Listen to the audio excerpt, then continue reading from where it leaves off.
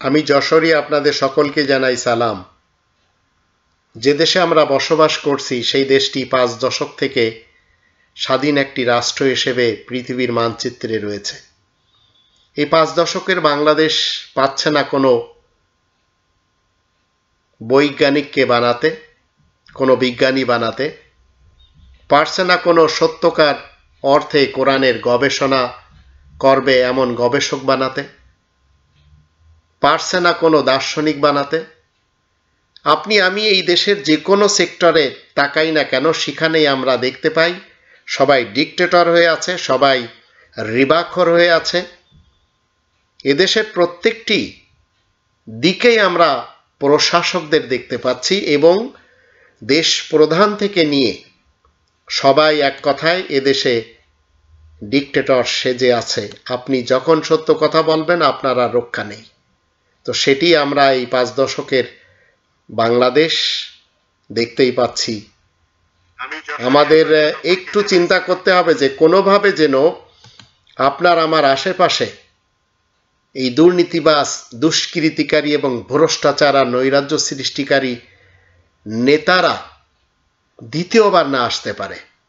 আর ধর্মজীবী মুল্লা যারা রয়েছে, উলামায়ে আজাজিল, উলামায়ে ইবলিস এবং উলামায়ে শায়াতিন, এরা যেন কোনোভাবে আপনার আমার সামনে দাপট না দেখাতে পারে। তাই রব্বানি উলামাদেরকে নিজেদের মসজিদের ইমাম বানান, রব্বানি উলামাদের কাছে যে কোরআন শিক্ষা নিন, তাতেই আপনার আমার জীবন ধন্য হবে।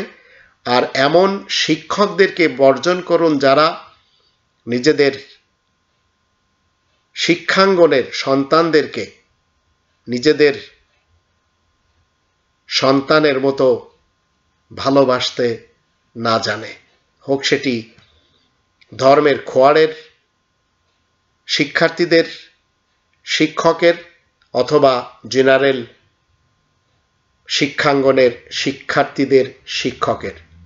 এই শিক্ষক এরা গুরুজন হয়। যদি এরা মনে করেন আপনার আমার দিকে কুনজর দিয়ে দেখছে, কাউকে ভালোবেসে ফেলছে, কারোর সাথে বলাৎকার করছে, কারোর সাথে ধর্ষণ করছে, কাউকে মেরে ফেলে দেওয়ার জন্য অন্যদেরকে উস্কানি দিচ্ছে, এরা শিক্ষক নয়। এরাই হচ্ছে উলামায়ে আজাজিল, এরাই হচ্ছে দুর্নীতিবাজ, দুষ্কৃতিকারী পলিটিশিয়ান, এরাই হচ্ছে